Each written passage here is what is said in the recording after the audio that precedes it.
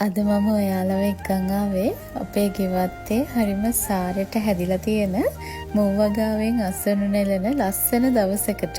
බලන්නකෝ මේ කහ පාටින් දිදුලන ලස්සන මල් සහ පුංචි ලපටි කරල් දිහා මේ හැමදේම හිතට දකිද්දී දැනෙන්නේ පුදුමාකාර නිදහසක්.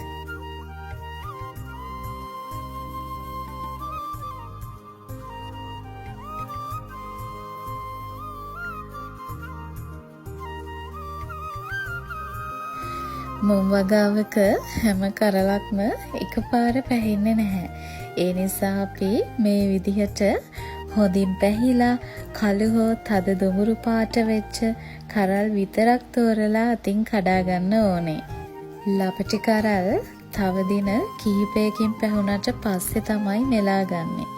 තමන්ගේම කියලා පුංචි ඉඩකඩක කිසිම වසවිසක් රසායනික පොහොරක් නැතුව වගා කරපු මේ වගේ නැවුම් අස්වැන්නක් තමන්ගේ මතින් නෙලා ගන්නකොට දැනෙන සතුට සහ තෘප්තිය වචන වලින් විස්තර කරන්න බැරි තරම්.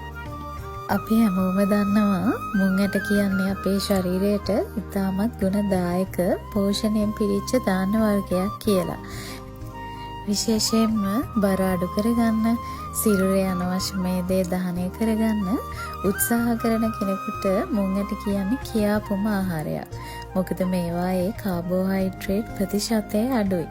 ඒ වගේම ශරීරයට අත්‍යවශ්‍ය ප්‍රෝටීන් සහ තන්තු ඉතාමත් ඉහළින් අඩංගු වෙනවා.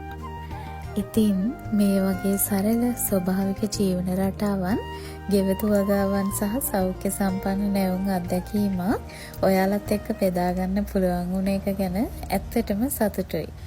ඔයාලා හැමෝටම නිරෝගී සුබ දවසක්.